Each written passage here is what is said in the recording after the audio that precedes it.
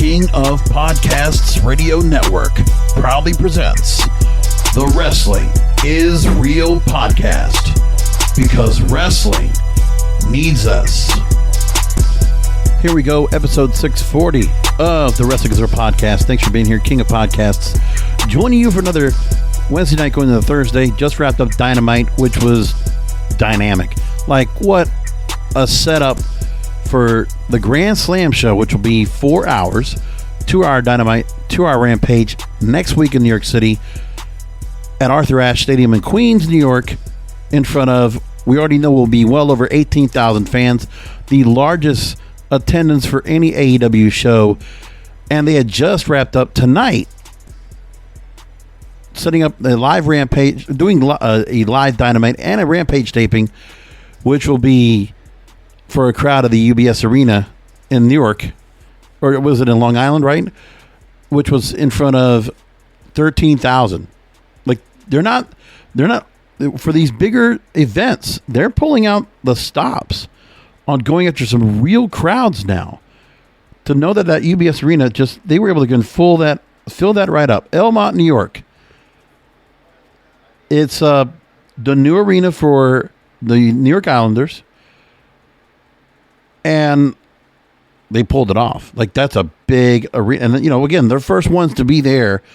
Now they're going to switch things back up. And there we go.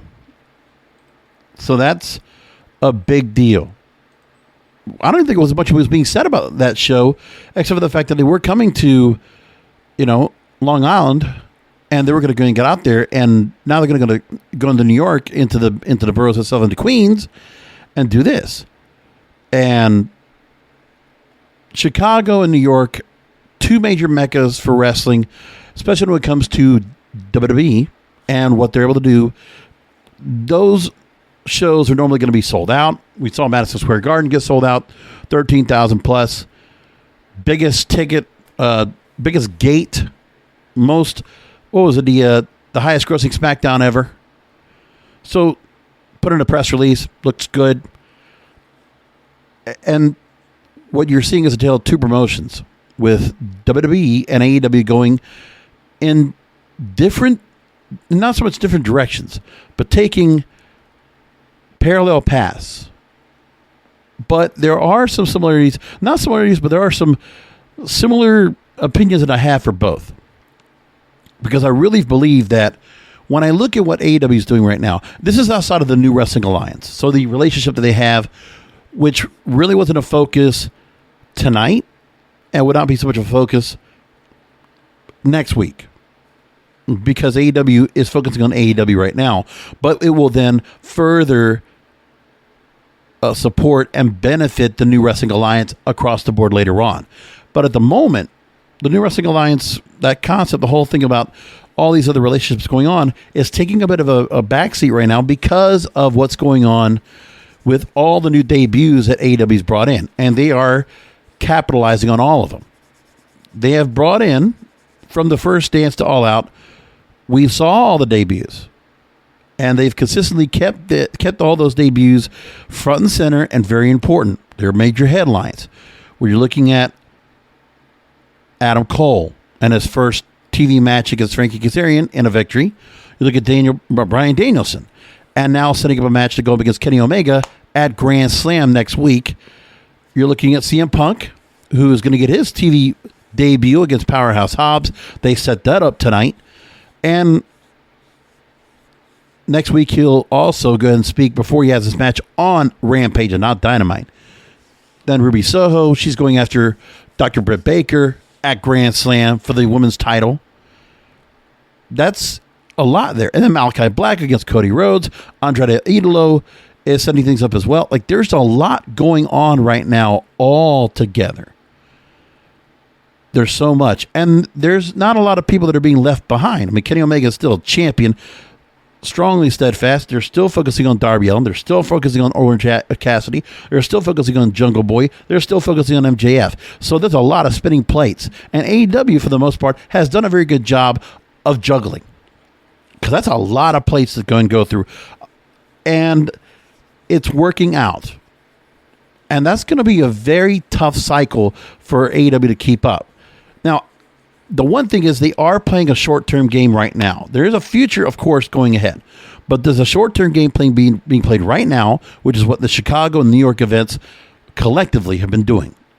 So what they've been doing so far, September into October now.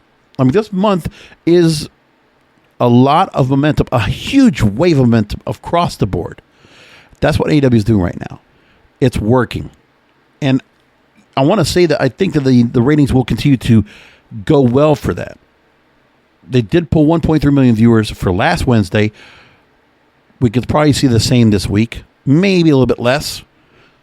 The Rampage did take a hit in the ratings. It did drop to about 700,000, even though the shows have still been very good. But that initial honeymoon phase, we're starting to feel, it's not felt there yet. But I mean, maybe the AEW will get a little bit of a lull after all is said and done. And that could happen. We're going to all settle in with the fact that the reality is now we have Adam Cole, Bryan Danielson, CM Punk, and all these other stars that are coming into play. And of course, there's still some other stars in the wings because we're now in the mode where the IWC is now fawning over the fact that there could be other stars that are looking to go ahead and they might have their contracts expire. Sami Zayn's talked about. Kevin Owens was a big talk about this weekend. And who knows what else. So there's others we're going to look at and keep an eye on and see if there's going to be contracts that could be considered. We're hearing about Paige giving out cryptic messages about the fact that she could, God forbid, be able to go back into wrestling and see what happens for her. So there's that going on.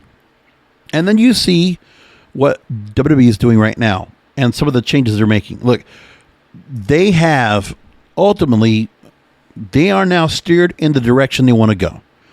So whatever was going on from, let's say like this, from the moment after WrestleMania to now, they have made a warehouse full of changes. Really, they have gone through major changes across the board. The digital division consolidated. NXT stars, many released. Main roster stars, many released. Some of those have made it into AEW and other organizations so far. And then the overhaul of NXT. Something culminated right there. So the pressure is on by their broadcast partners. WWE I'm talking about. There's a pressure on them to have that.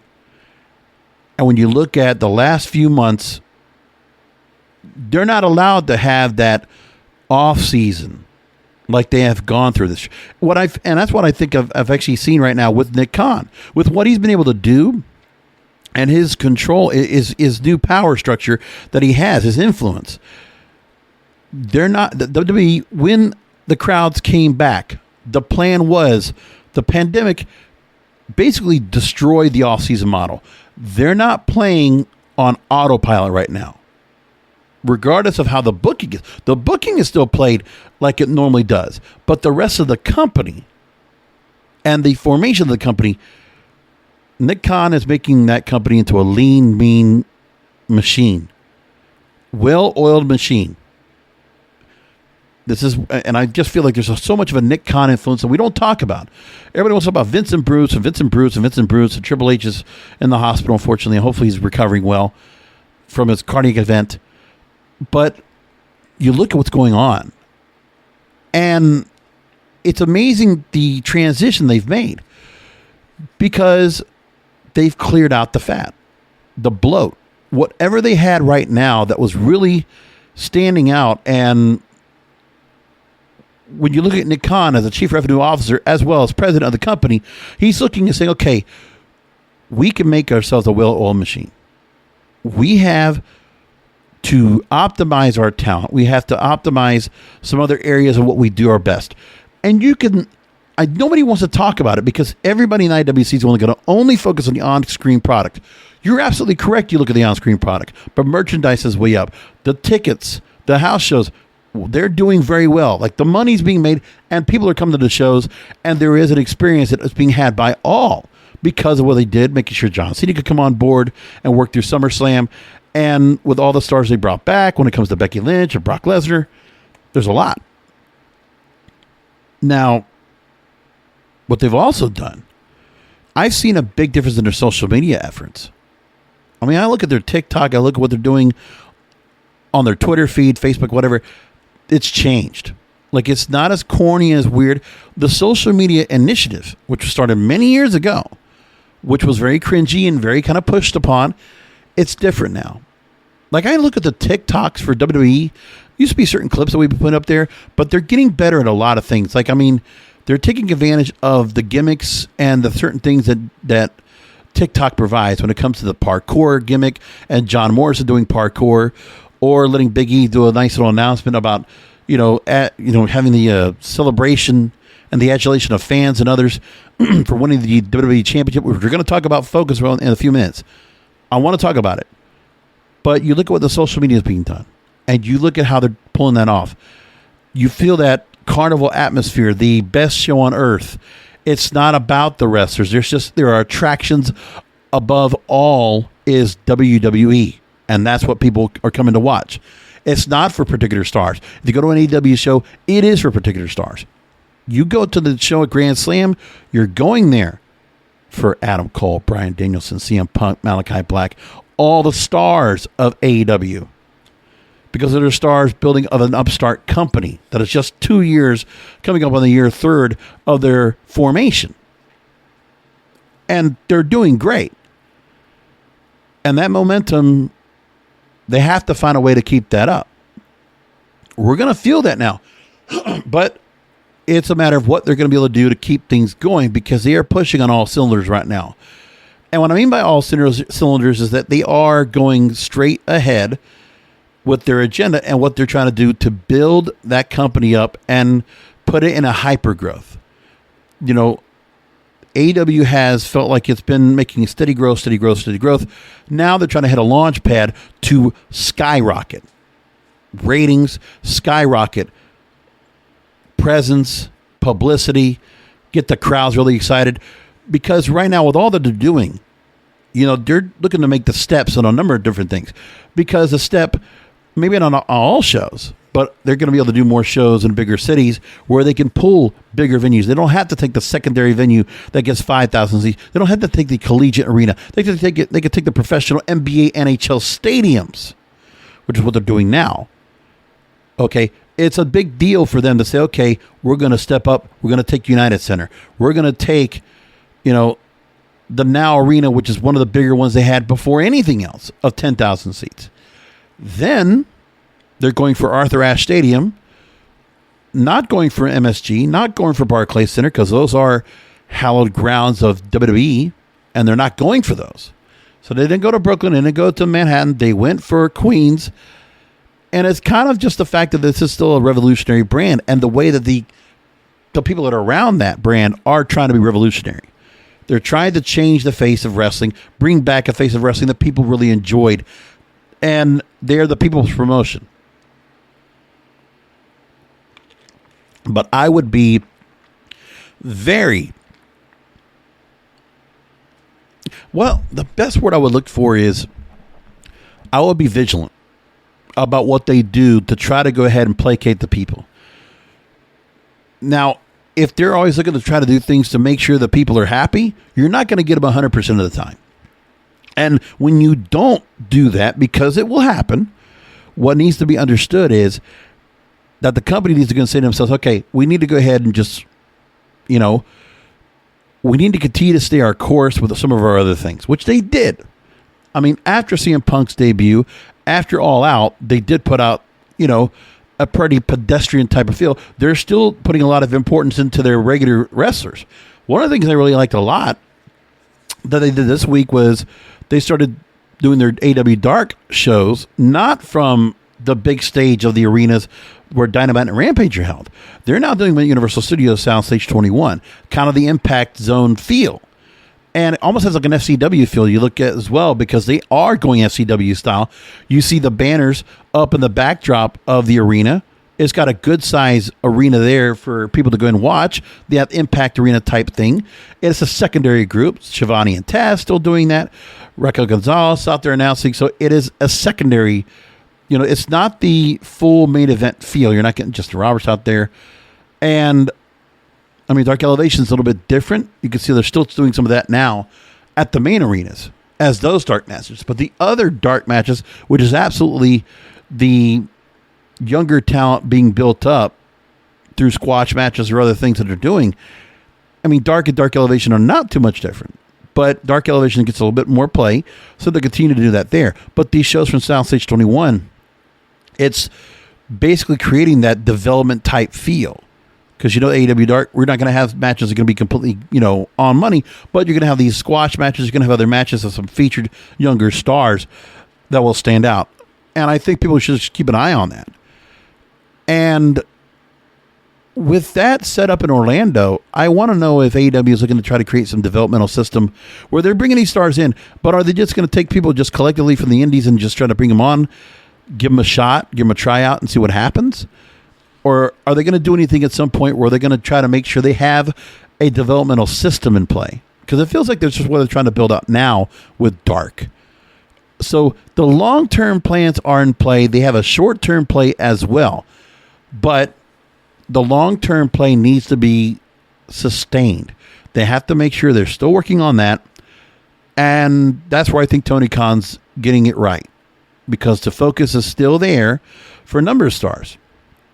Even before the new debuts. Miro, and even the Matt Hardy office. Just all these different things that are doing. Miro's a TNT champion.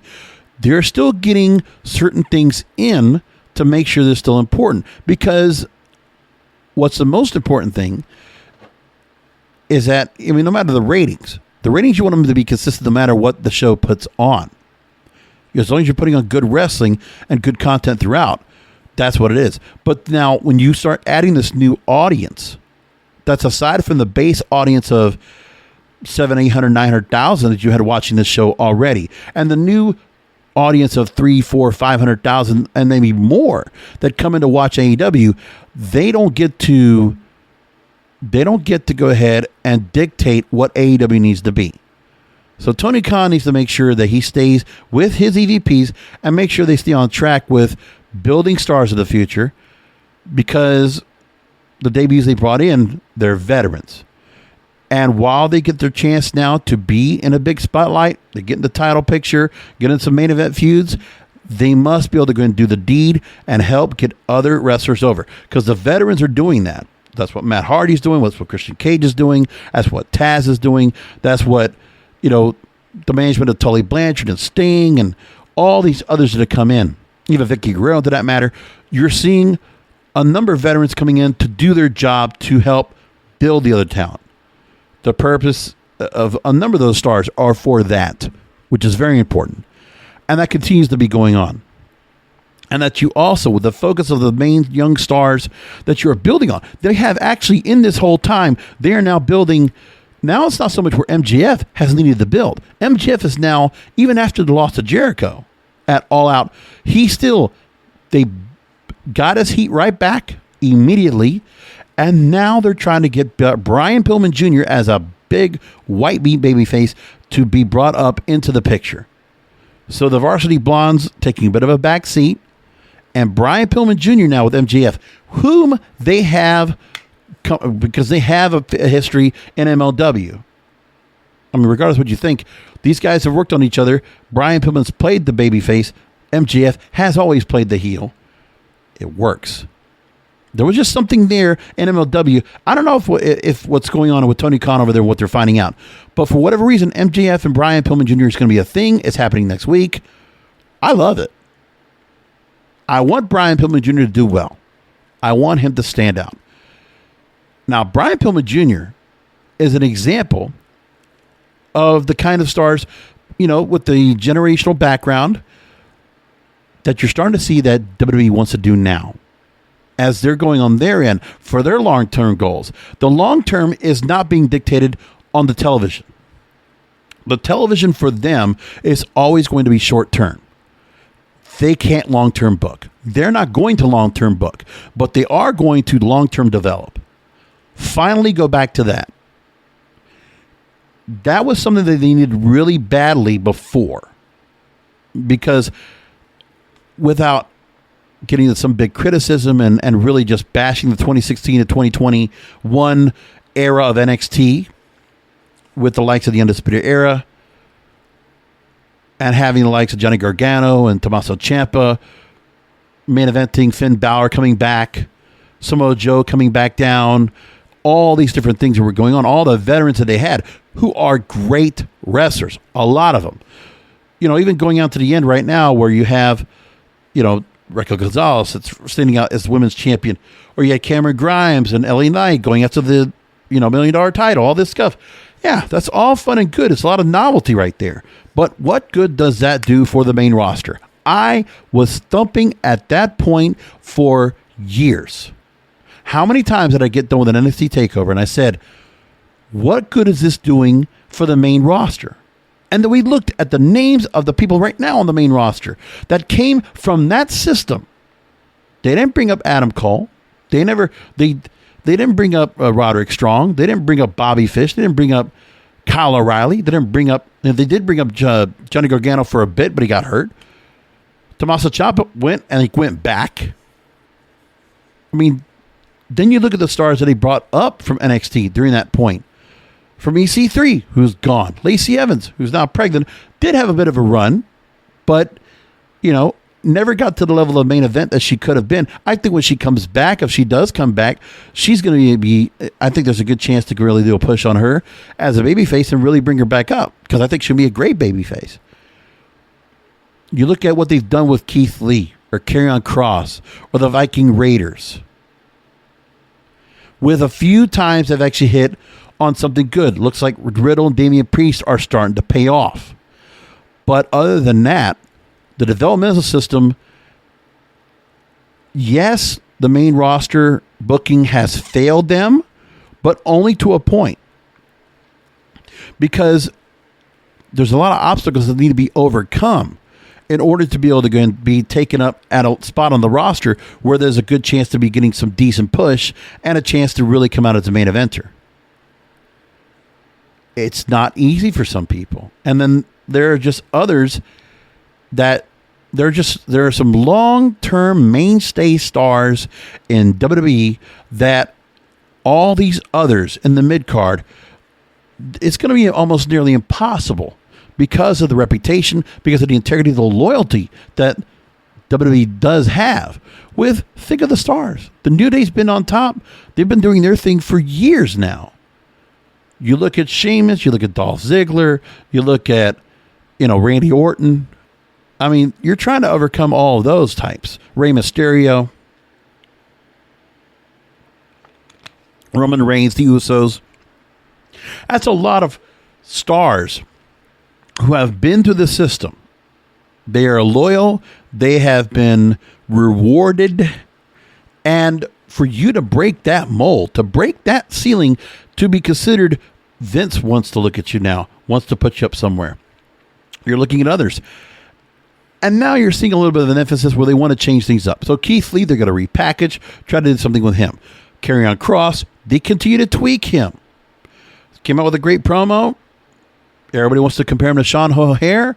So maybe the helmet goes away. Maybe Karrion Kross going in a different direction. But they're not giving up on him either. Riddle, they've gone in the direction of kind of hokey, but the kind of jokey kind of thing, but the RK Bro thing has taken, it's gone well. Now there's a rumor that's saying, okay, so New Day and Hurt Business might get back together. We might start seeing a feud with them. Who knows? But we should get to this. Big E and the booking of him from Money in the Bank to becoming WWE champion. Okay. When you look at the fact that WWE was able to go ahead and get him at a certain level where, look, I give him credit that they were able to go ahead and do the right thing for him and say, okay, well, this is good. Glad to go and see that he's going to hold up. Okay, we're glad to go and see that he's going to be able to say, okay, he was given the rock by getting the Money in the Bank briefcase. They did not decide to go ahead and make him lose on that briefcase cash in. And the original thought about, well, when are they going to put him up against somebody they can go after the title with? Well, I kind of in the back of my mind thought, well, I guess they could do Bobby Lashley. But I didn't feel like there was anybody right now that was worthy right now that they have booked up well enough, that have built up well enough as a babyface to either take down Roman Reigns or Bobby Lashley. At the moment, Bobby Lashley really doesn't have anybody. They were throwing Randy Orton in as a kind of just as a fix. But there have been no opponents for Bobby Lashley right now after Goldberg that could be going after the title. And the next thing is they're leading up to Extreme Rules, and now we have the draft. Now, with that, my thing was that when Big E was drafted away last year, almost a year ago, he gets drafted. He stands alone now on the SmackDown roster. Okay, we knew a singles run was going to go for him. They gave him the IC title, had it for a short run, and then the deal with Apollo Crews. You really did quickly push him up in a year to get to the world title, to get to the WWE Championship. It's fast. It's the same thing they did with Bianca Belair, where she was also made up to the main roster on SmackDown, wasn't around for a very long time on the main roster, and all of a sudden she gets in, wins the Royal Rumble. The same kind of thing goes on. So it's one of those matches where Money in the Bank or Royal Rumble gives you that instant opportunity of possible greatness. Those two matches mean so much. That's why we care about those matches so much, because it's almost a shoe-in that you have that championship match, and if you feel like you're really behind somebody, then you think, well, there's going to be a chance they could win. So championship opportunities in the Royal Rumble and the Money in the Bank briefcase. And we've seen what they've done with them so far. Now, let's compare both here, just to make a point. When we look at the Royal Rumble 2021, okay, and you look at see what happened with that event, you make it a point that Edge won the Royal Rumble match to go up against Roman Reigns, and that was instantly after his return last year and coming back after injury. He comes in, makes his win, and long running spot in the Rumble to win. Great match. The build-up is built within the Rumble and not so much on television. For Bianca Belair winning the Royal Rumble, she was in there 58 minutes. Now, at 4 eliminations. Look, there's a lot to be said. Came in third in the match. So the build-up for her to then lead up to WrestleMania, win the belt, and lose the SummerSlam kind of almost feels like transitional. And the reason Bianca Belair gets a 3-month reign and not longer is because, well, number one, Becky Lynch was not here. It was kind of the same way where Rhea Ripley had the same thing happen to her, where she won the women's title on the Raw side from Asuka. When you didn't have Sasha Banks, when you didn't have Becky Lynch into the mix, Rhea Ripley coming in after an injury takes a spot. Bianca Belair inherits a spot because there's no Becky Lynch right now. There's just something to be said that Rhea Ripley and Bianca Belair, even though they came up from NXT, those are two success stories.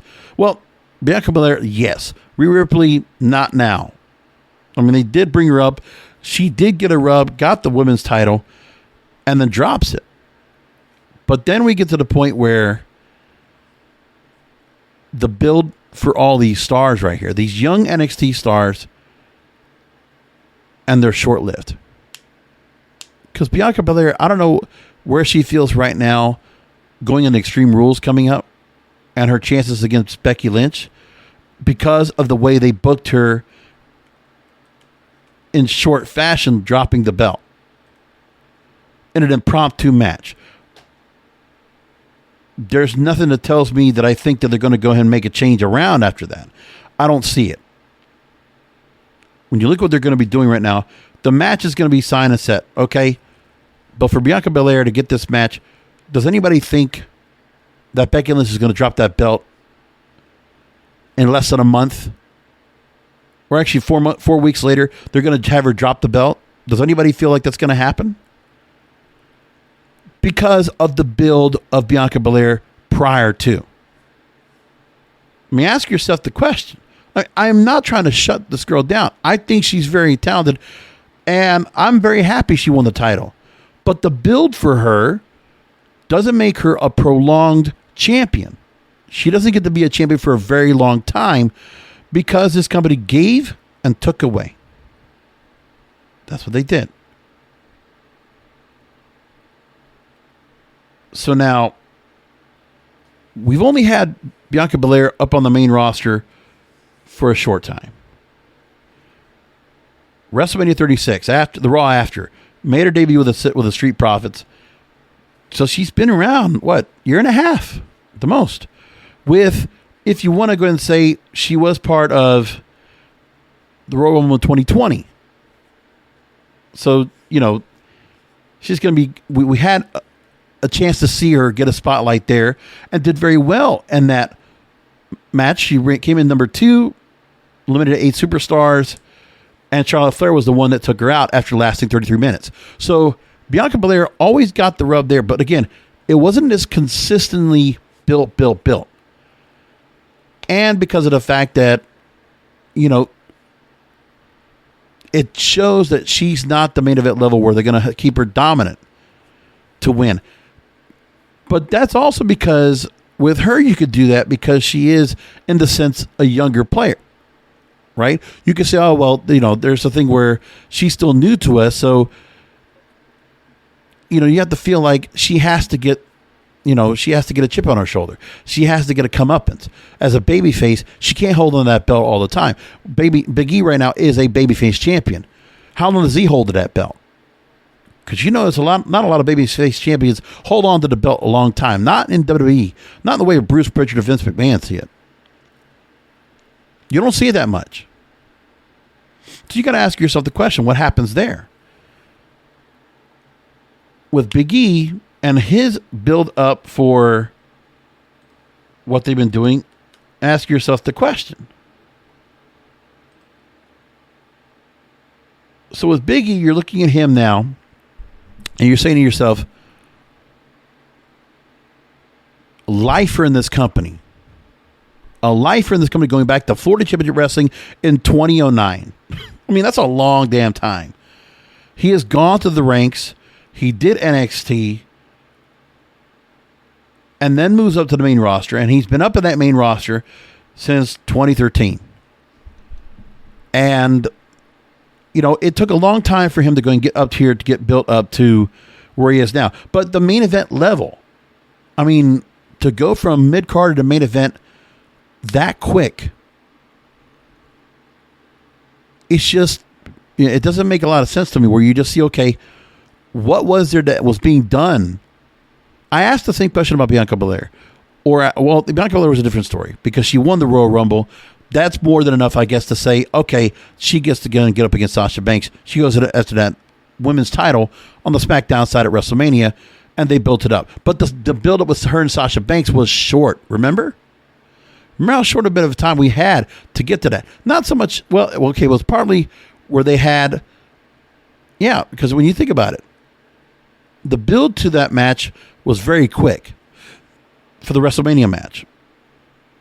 And then the return of Sasha Banks, where we wouldn't even get the payoff for that match at all. We get the Becky Lynch, which just throws a big wrench into everything. That Bianca Belair to the point is not being considered as a long-term deal where you're telling me we couldn't have built Becky Lynch up to continue to go and like pester Bianca Belair and build up to a match? No, because this company can't do that.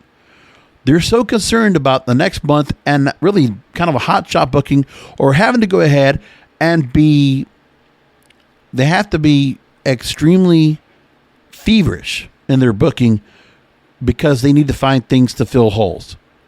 They have the next big event they got to worry about. They got Saudi Arabia coming up. They have to worry about Survivor Series coming up because it's not so much what the shows mean. It's because where they're being booked and the level of money that's going to be made. So it's always now not so much about the events themselves, but the scale of the events. Because when you look at what they're doing on going forward and where they're going to be going, I mean, look what they did right now. You're going to get next year, well, Royal Rumble will be a big venue. We know that. You're going to have WrestleMania be a big venue next year. Money in the Bank's going to be at Allegiant Stadium next year. Okay, SummerSlam will be another big show. And they have the Saudi Arabia show. So now you get more like 6-7 shows a year in some major stadiums. And for you to go and keep that up, even though those 12 major pay-per-views, only half of them actually matter, or like 4 or 5 of them actually really are significant. And WWE doesn't do a good job of building anticipation. The only anticipation we get is at what we see of the matches themselves on paper. It's not anything that this company does to build the matches up themselves. If you get Bianca Belair and Becky Lynch, sure, that's a great match on paper. But what are they doing to build off of that? What are they doing in storylines to really make much? Well, they're not. With all their matches, they're just basically just kind of going with the punches, and they're doing basic things. Now, maybe that's because they have to keep it simple for the global audience that's watching them on a regular basis. So, I mean, I know we continue to keep looking at the ratings, but we know that the worldwide ratings, they got a lot of millions of people that are watching. And we know the impressions of their social media. So people might not be watching the show first time live, but they are watching clips. They're keeping up with the product, or they're watching worldwide, wherever they are around the world, whether it's live or, tape delay, whatever. But a lot of people are watching this product, and they have to worry about where they're going to go. And they need to make sure that there are certain stars that are kept the main story. And Bianca Belair is not somebody yet, nor is Big E. Let's just put it like this. The importance of what WWE is trying to do is they need to be able to build stars so that they are bankable, marketable box office. They need to be the level of Becky Lynch or Sasha Banks or Roman Reigns or Bobby Lashley among the other stars they have, with a cavalcade of roster to work off of. But you ask yourself the question, I mean, when you look at the ratings prior to when Bianca Belair was champion, or when Roman Reigns is champion, but then you have to start building extra things when Becky Lynch comes back, or the SmackDown titles on the line, and then you're starting to see Roman Reigns, and you see what they're doing there, and some of the changes they're making in certain storylines, bringing back Brock Lesnar. There's a whole lot of action going on the SmackDown side. Their numbers are doing good. That show is performing better. Coming into September, the new fall season, Fox is getting what they need from them to build that show up, and also to build their programming on the weekends for the sports programming side. Raw is a different bag. Raw has the continuous issue where now they have Monday Night Football back into play, and their ratings have dropped below 2 million viewers, which is a bit of a benchmark for them, and that they're falling below that benchmark way too often. With the fact that they decided to hotshot book Randy Orton and Bobby Lashley for the WWE Championship on Monday night, among other things that they had, instead of having the tag match they were going to have with RK Bro and MVP and Lashley, we get to this match all of a sudden. They blow this match off for the sake of a guaranteed cash-in by Big E. And what did the ratings do? Well, there was no way that it doesn't look like that what the Big E change could have made much of a difference. He's not going to move the needle. And that's not, now maybe that's a different story if Monday Night Football was not on this weekend with the season opener, but it wasn't. So when you look at Monday Night Football pulled 1.6 million viewers, I think it was more like 15 million. No, it's 15 million viewers total because they didn't include the ABC audience in their ratings tally here. But then Brandon Thurston, WrestleNomics, he mentions that the episode of Raw where Big E won the title dropped about 180,000 viewers, 1.67 million viewers, USA Network. Least watch episodes since July 12th. Now, you look at the numbers that consistently dropped. Our 1.672, 1.634, 1.703. So it did come up on the third hour, but not close enough to make up for what they had pre-Monday Night Football. Wasn't enough. So if Bianca Belair was one of the major champions, the title holders, and on SmackDown, numbers were, kind of strolling around 2 million viewers, but it also was the summertime, not during prime time on Fox. So she got that time to go and hold the belt during the summertime. And now we're seeing Big E win this title. I believe it's for the sake of just trying to garner a rating. But I also believe that there's going to be something that tells me that championship could be switched around. I don't see Big E getting the level of a Kofi Kingston type of run because those type of runs don't happen anymore. I don't think this company's going to do what the AEW does where they're trying to placate the people, make the people very happy. I think they did. This made people happy because Big E, after all this time, he gets to be the champion. Now, I don't take anything away. The time, the effort he's put in. I mean, I wanted him to be built better as a single star so that when he wins this title, it meant so much more. Because then I want to be able to feel that Big E is a champion that no one's going to beat. But everything tells me that if Bobby Lashley and Big E are going to take on each other in a rematch, I see Bobby Lashley winning it back. Not a matter of if, but when.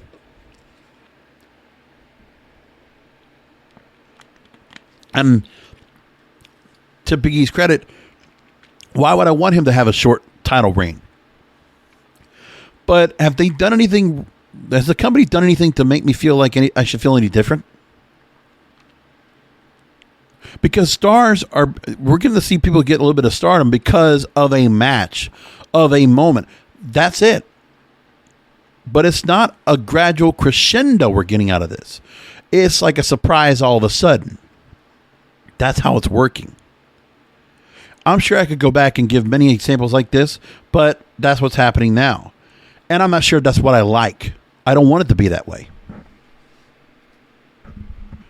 I mean, when you saw where when you see just the title reigns between Moxley and Jericho and Omega and what they did to build those. I mean, even Hangman Adam Page, teasing. The way they're building up the chance that we're going to see eventually, Hangman Adam Page should be a future world champion. MJF should be a future world champion.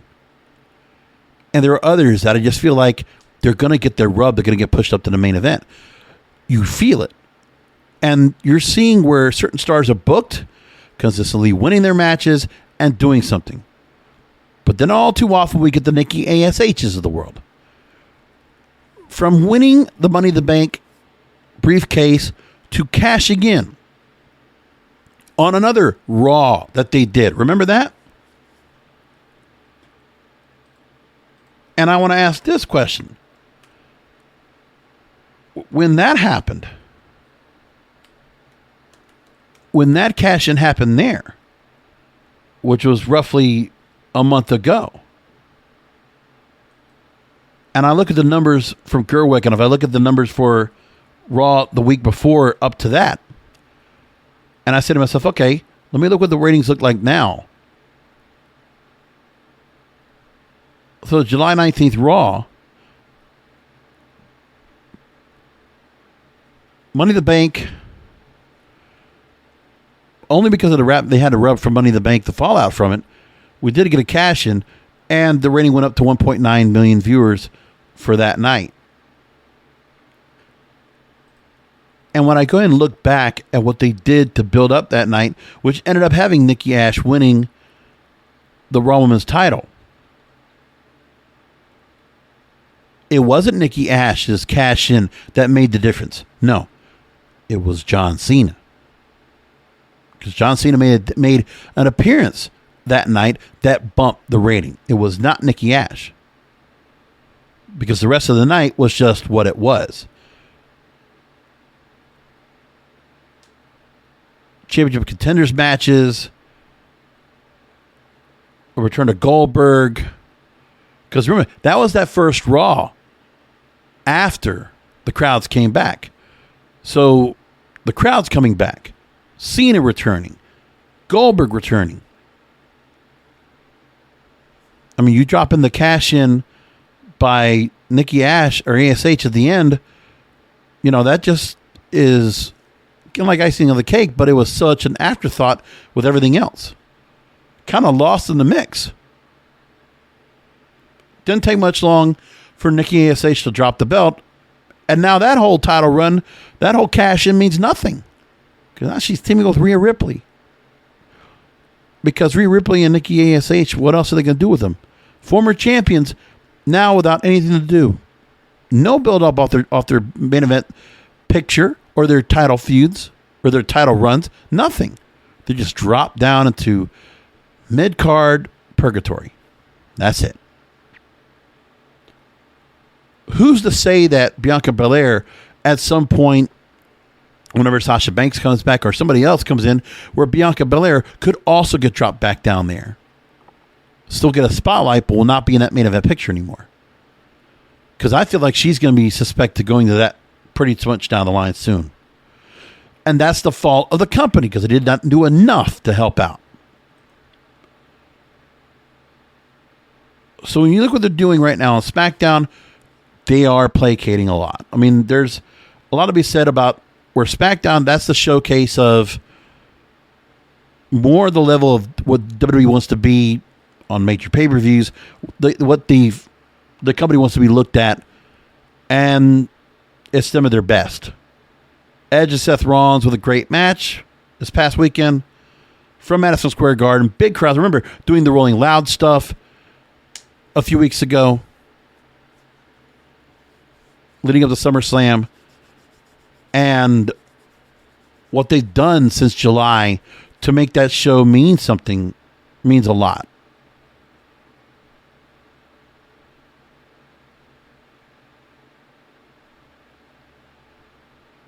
And now, overall, you're seeing that, the Madison Square Garden show was a very good show that they put together for the SmackDown audience.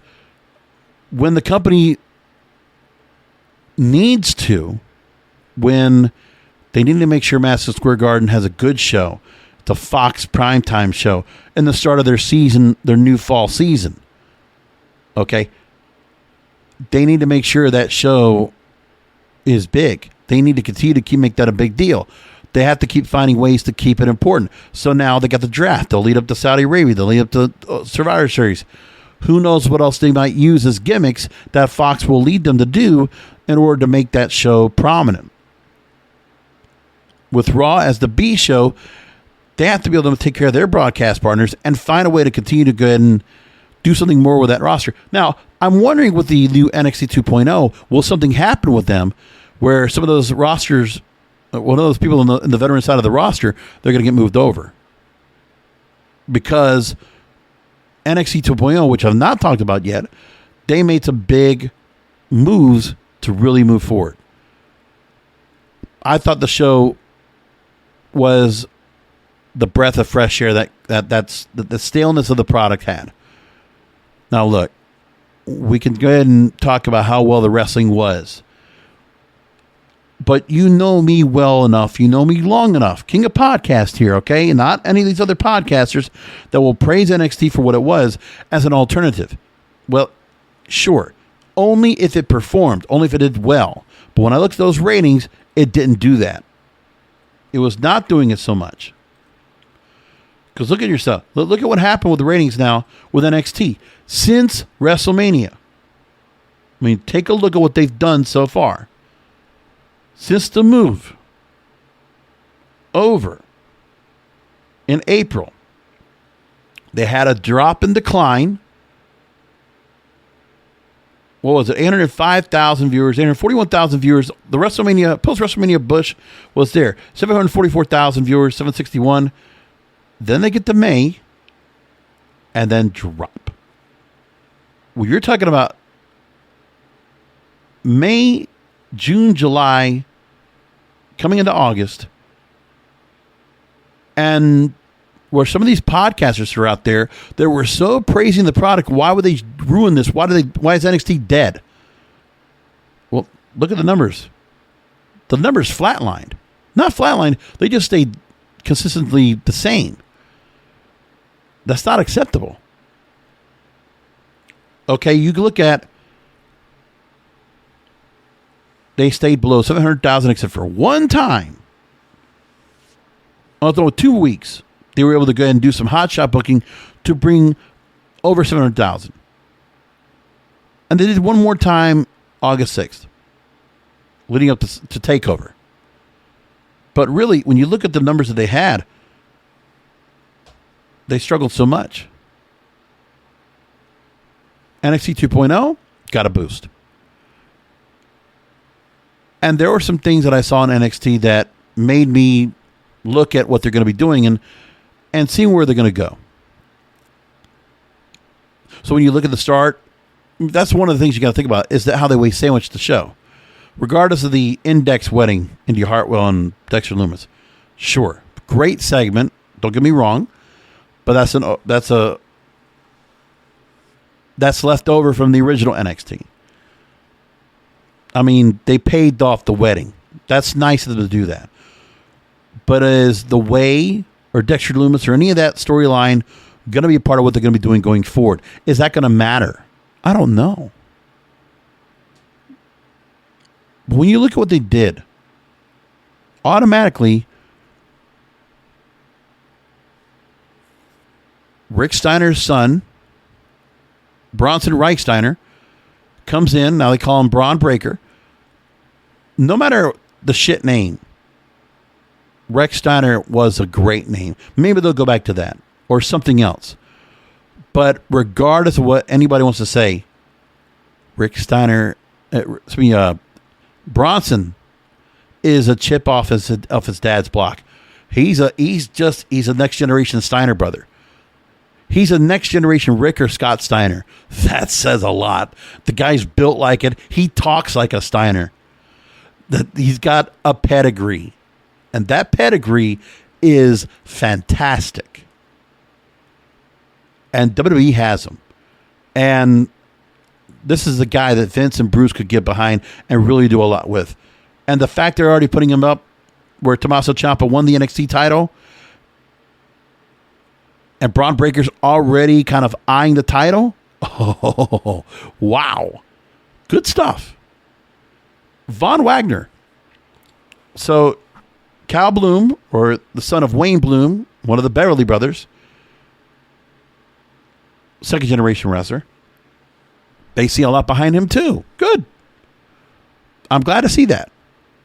And the second generation type, it's good to have because, we already know that some of those stars, because of the pedigree, they're going to work hard to be something that they are.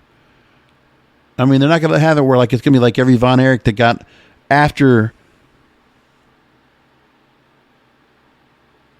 Chris, David, and Kerry. It's going to be Kevin, Kerry, and David. Yeah, not Chris. Chris was one of the ones that didn't do as well. And then Mike, who didn't do as well. We're not going to get this I don't think we're going to get this issue that the stars that they have, the nepotism that might be in, where some of these second generation, third generation stars are not going to get a chance to come in and do well. Obviously, the company does well with those. Roman Reigns is part of a generation of the Samoans that have always done well in that company. From the Wild Samoans to Rikishi to the Usos, now the Roman Reigns. When you look at Bray Wyatt in his run from NXT and bringing him in, remember, it was Bray Wyatt and Roman Reigns that were the focus points of both the Shield and the Wyatt family. Bray Wyatt, third, fourth generation. I mean, going back. There's something to be said about NXT in that territory where they are privy to go after, especially in FCW as well, where they did like those stars that are second, third generation. I mean, at the time, Shaul Guerrero, Eddie Guerrero's daughter coming into the play. Or you had Bo Rotundo, Bray Wyatt's brother, and you're looking at what they're doing and some of the build-up they had. And then finding some diamonds in the rough, whether it was from weightlifting or from football or whatever. And who they're finding to come in from different athletic sports, get them in the PC, have them there for a long time, develop, bust their chops, going completely rainbow with their logo now and with the arena. I mean, they just decided to go opposite. Why not? Black and gold was a certain thing, but now they want to go multicolor. Yeah, it's probably more kid-friendly, sure. But you're going to get younger stars, that younger fans, they're obviously trying to get behind what's going on here. Building a new crop of fans. That is what the WWE is doing right now. They are trying to train, they're trying to prepare the next fan base and the next wrestlers in NXT. So why not? They're doing that. I appreciate that. Maybe that'll go somewhere. But NXT 2.0 was the right direction. People can go and complain about the fact that it's Vince and Bruce that are running the show now. Kevin Dunn was actually down there. Sure. You can say all of that. And then the other thing is, the NXT direction is where they need to go back to. It's an unpopular opinion by many of you out there. That's okay. I'm still going to say it that way, and I'm going to stick behind it. Because I think NXT going this direction was what they needed to do. Did they have to go and change the colors? Probably not. Did they have to change the arena? Probably not. But they did. That's what they chose to do. That crowd was different. It was like a bigger FCW crowd because FCW wasn't NXT. It's just they did it what they did here. Performance Center was a different feel to it, and it'll work. And I think there'll be a phasing out where I'm glad Pete Dunne got a new contract. Gargano's still there. Ciampa's still there. You got a lot of veteran stars that are still working down there. I don't see where Imperium stays in the mix. I don't know where LA Knight stays in the mix. I don't know. There's a lot of people there that I don't know if that will fit that new mold of NXT, that either they'll sink or swim, or Vince or Bruce will just say, you know what, there's certain guys that just don't fit the mold here. They're not going to fit with what we're trying to do in developmental, and they don't fit main roster. Cut them. And they might still have some cuts left to go. And there might be some stars that are on the roster now that after the bloating of the roster and the build up after the pandemic of making, or after AEW came up to sign like crazy everybody, then that whole situation changed. WWE is going in their own direction. They're going where they want to go. Doing what they want to do. It is what it is. And they're not going to necessarily have to care what the baseline of fans, the IWC, says. They're kind of letting you know, hey, AEW is out there. Hell, we'll feed them more talent. It kind of has been like that so far. But how far will the stars that they have now, being the people's promotion, placating to the core base of fans, AEW needs to not just satisfy them. At the same time, they need to build a future, and at the same time, they need to make sure that they're bringing in new fans, which is what they're trying to do with the publicity, with some of the things that they're doing right now, trying to build up on a lot of other things. So there's a lot of puzzle pieces they have to try to get the puzzle all together and right. So AEW is working on that. I can appreciate that. They're running on all cylinders. They're trying to get themselves there. And to watch the growth trajectory and the direction, short-term and long-term, that AEW is doing right now, this multi-prong approach, I love it. They're exciting to watch. They're fun to watch. It's very quick and fast to watch. But that doesn't mean anything about... I don't know if I really believe so much what the Wrestling Observer talks about how Raw had to make changes in response to AEW losing to Dynamite in the ratings in the 18 to 49 demographic. I don't want to put too much in that. I think it's a bit of a clickbait kind of thing. I don't play to that argument. You could validate the argument. Absolutely. But I don't believe that's what it is.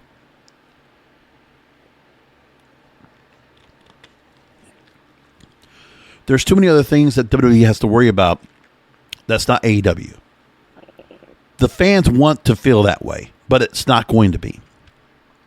And most importantly, AEW needs to continue to do this new wrestling alliance, I feel, where I want to see the other organizations benefit from the success of this people's promotion, doing the talent exchange, bringing the stars to the fans, this base of fans that feel left behind by WWE after all the years of being let down.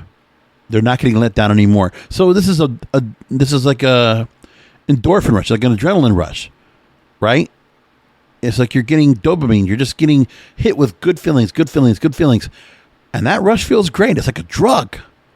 But can they sustain that? AEW is like that. They're kind of like the IWC's drug. But they have to be able to keep that up. Give that fix to that audience. That's going to be tough to keep up.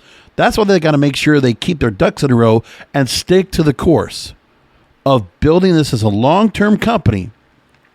Because if they ever fall short and stay to the short term and ever get the thought of a Monday Night War or expanding the hours or all this other bullshit, AEW, I just hope will never go that route. I don't want them to go the route of WCW. I don't think they're going to do that. I think Tony Khan is too smart and has been such a follower of the wrestling business and the way the wrestling business has been for the last couple of decades to not make those same mistakes. I think there's a lot of people that are just trying to make sure not to make that happen. So now, this impact right now of all these new debuts and capitalizing with all these big shows, it's fun to watch, but I'm always looking forward to the long term. And when it comes to WWE, they're shoring up their long term. The booking is still going to be what it is, and probably a lot of reasons why. It kind of sucks that way, but what can you do? I had a bunch of stories I put in here that I never even bothered to put in here at all and like even talk about because my rant was just so good, so on point. Like I really enjoyed it. One thing I do want to bring up towards the end here that I didn't get a chance to bring up on the show yet was about the additional production cuts. Well, I don't think I heard a lot of the people talk about. Bodyslam.net talked about that NXT had some other production cuts. Now, some of the word has been said right now that Kevin Dunn has now been overseeing all the television right now as one different area, which is WWE Media. And we know that NXT had releases back in August, 12 talents cut. And now production also came in where Bodyslam.net and Cassidy Haynes was informed that there was another round of production-related cuts, that they're down to a skeleton crew when asked for details as to which areas within the company were part of the latest round of terminations, it was just told production. So, skeleton crew. Tightening up everything. Well-oiled machine.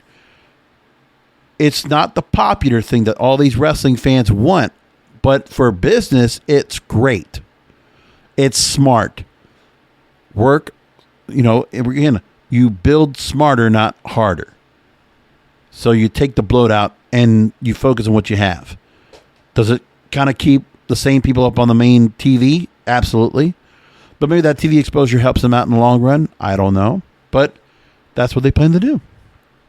Anyways, the other thing you got to think about as well is that the opportunities for AEW stars that's most important, that you got to think about when nobody else thinks about the fact that making sure that all these new stars get a chance to be on TV. Well, they're not going to work that same schedule. I mean, for the fact that they don't have to work the long schedule that they already had before, the fact that they get to go and work. I mean, what if Adam Cole or Bryan Danielson or Ruby Soho or whoever, they want to work other shows like Jon Moxley? They'll probably all get the chance to do the same thing that Jon Moxley's doing right now. Work New Japan, work, GCW and all these other places. Why not? So does 2.0. So does Dwayne Martin. Like, there's all these other stars. They get to work in other places, but their priority is AEW because that's where they get the most exposure. Probably get the best pay. So there's a lot that we don't know about how all these contracts are structured. There's a lot of stars that are all elite, but doesn't mean that they're exclusive, which is a good thing for them. Okay, went a few minutes over. Just so much to say right there. Next week, we got Extreme Rules. See how that all works out. Plus, we'll go ahead and take a look at what they're doing the first night after Dynamite Grand Slam. We'll be on with a program, our weekly program, right here after that first night. Talk about that. And so next week, regular show, it'll be right after Dynamite Grand Slam. And then we'll preview Extreme Rules next week. And then we'll also, on the Extreme Rules post show, I'll go and talk about what's going on with how everything went out with Rampage Grand Slam. We'll talk about that afterwards. Now let's go and talk quickly about Extreme Rules, what's coming up next week. So far, 4 matches have been announced. Roman Reigns versus the Demon Finn Balor. I like the return of the Demon. Sure, people don't think it's much of a deal about it, but looks good for television. It really does. And what kind of what kind of an entrance will they give the Demon now, which is not an NXT entrance, and the way that the whole setup is now with all their AR stuff and what they're doing right now with the production they can do in the WWE right now. Charlotte Flair versus Alexa Bliss for the Raw Women's title. U.S. title, Damian Priest will defend against Sheamus, and Becky Lynch will defend against Bianca Belair for the SmackDown Women's title. And so far, we don't know anything about the WWE Championship. If we get a rematch at Extreme Rules or not, we don't know anything about that yet. But we can wait and see what we'll do next week. Next Monday, we're going to see what that answer is. We'll know Big E will come out, and then we'll figure out what they're going to do, if they're going to do anything at all. And we also don't know if the Raw Tag Team titles will be on the line, or the SmackDown Tag Team titles are going to be on the line. Where Street Profits, Usos will happen, or RK Bro Lashley MVP could happen. Don't know. We have no clue. A lot to go and think about for next week. But what a great time for wrestling. So exciting right now. Thanks for listening to another Wrestling Control podcast. Come back next week for another show, because wrestling needs us. Thank you for listening to the Wrestling is Real podcast. You can find all previous episodes at WrestlingIsReal.com or subscribe to the show on all major podcast outlets, including Apple, Amazon, Google, Spotify, and iHeartRadio. Follow the King of Podcasts on Twitter, Facebook, and Instagram at King of Podcasts, and search King of Podcasts on YouTube, or type youtube.com/JBRASCO951. This has been a presentation of the King of Podcasts Radio Network.